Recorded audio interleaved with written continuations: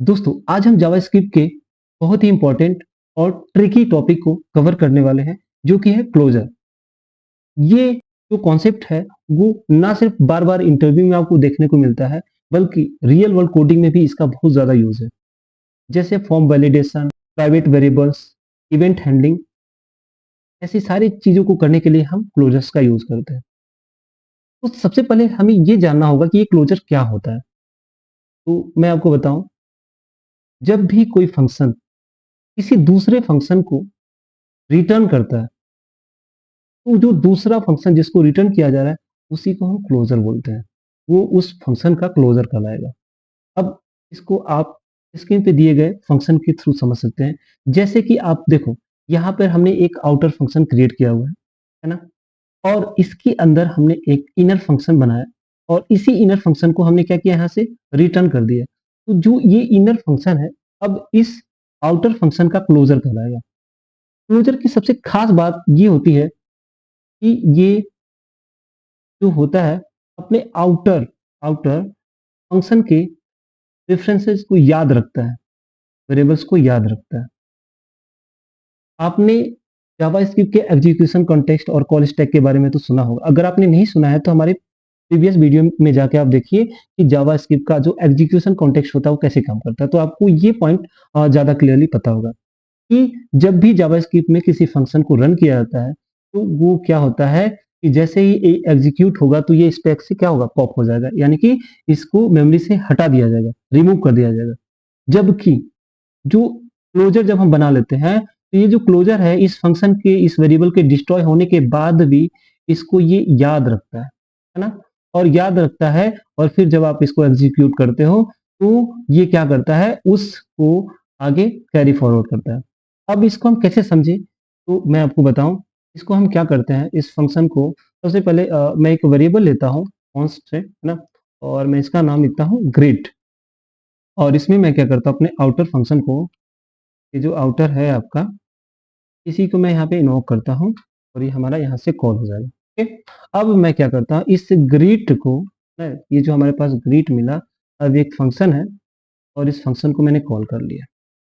अब इस तरह से आप देखोगे तो मैं आपको दिखाऊं, यहाँ पे आपको क्या देखने को मिल रहा है, हेलो कौशल देखने को मिल रहा है ना? अब ये आपका आउटर वाला ये डिस्ट्रॉय हो गया होगा, उसके बाद ये चला होगा, है ना? अब आपको ये समझ में नहीं आ रहा होगा तो मैं आपको एक चीज और इसमें देखता हूँ जो रियल केस सिनारियो होता है। जैसे मैंने क्या किया, एक वेरिएबल काउंट नाम का ले लिया और एक काउंटर हम चलाने वाले हैं। काउंट की इनिशियल वैल्यू मैंने एक रख दी और इसी काउंट को मैं क्या करता हूँ, जो हमारा इनर फंक्शन है उसी में इसको रख लेता हूँ। ये हमारा काउंट आ गया और इसको मैं क्या करता हूँ, इंक्रीमेंट कर देता हूँ, है ना? ये जितनी बार भी हम इसको कॉल करेंगे उतनी बार हमको ये बढ़ा हुआ मिलेगा। और कैसे मिलेगा आप देखना, हमने एक आउटर बनाया तो वेरिएबल में स्टोर किया, फिर हमने इसको कॉल कर लिया। अब यहाँ तक तो आई होप आप लोगों को समझ में आ गया होगा कि यहाँ पे आपको क्या वैल्यू मिल रही है, वन मिल रही है ना? वन कैसे मिल रही है कि ये वाला फंक्शन चला, ये सारे इसके वेरिएबल्स आपके स्टैक में आए। इसके बाद से फाइनली जब इस फंक्शन ने रिटर्न किसको किया, इस इनर को, और इनर को रिटर्न किया, तो यहाँ पे आप देखो इनर के अंदर हमने नेम और काउंट दोनों रख लिया हुआ है ना? अब ये जब डिस्ट्रॉय हो गया उसके बाद भी यहाँ पे याद रखा जा रहा है, तभी तो आपको यहाँ पे जब हम इसको कॉल कर रहे हैं तो हमें ये वैल्यू दिख रही है। ठीक है ना? अब आप समझ पाओगे कैसे कि मैंने क्या किया, काउंटर लिया। काउंटर क्या करेगा, फर्स्ट टाइम इसकी वैल्यू कितनी होगी, वो एक होगी। जब सेकेंड टाइम इसको चलाएंगे इस वैल्यू को, तब ना जाके ये इसमें इंक्रीमेंट करता जाएगा, फिर इसको वैल्यू मिलेगी। तो फर्स्ट टाइम यहाँ पे हमने कॉल किया ग्रीड को तो हमें एक मिला। अभी मैं क्या करता हूँ, इसी चीज को रिपीट कर देता हूँ, है ना, मल्टीपल टाइम। जैसे आप यहाँ पे देखो, हमने इतने बार इसको रिपीट करा और फिर जाके अगर हम इसको कंसोल में देखते हैं, आप देखो यहाँ पे काउंटर आपका काम कर रहा है, 1 2 3 4। अब ये कैसे काम कर रहा है, ऐसे काम कर रहा है कि ये जो वेरिएबल है इसको याद रखा गया। जैसे ही हमने काउंटर चलाया, इसने +1 करा इसको, तो ये क्या होगा, 1 से आपका 2 हो जाएगा, फिर 3 हो जाएगा, फिर 4 हो जाएगा, और इसी तरह से ये जो काउंटर है आपका काम कर रहा है ना? तो क्लोजर, अब देखो क्लोजर की सबसे खास बात क्या होती है कि हम इसका फॉर्म वैलिडेशन में कैसे काम करते हैं, है ना? या फिर आप इवेंट हैंडलिंग यूज कर रहे हो तो कुछ ऐसी चीजें होती हैं कि जैसे मान के चलो कोई इवेंट चल रहा है, कोई बटन है वो क्लिक हुआ और बार बार क्लिक हो रहा है ना? तो हम चाहते हैं कि जितनी बार भी क्लिक हो, तो कुछ ऐसी चीज़ें हैं जिसको मैं याद रखना चाहता हूँ, है ना? तो उस समय हम इस तरह से क्लोज़र का यूज़ कर सकते हैं और कुछ वेरिएबल्स आप रख सकते हो, जिनको ये हमेशा याद रखेगा, ठीक है? तो ये इस तरह से काम करेगा।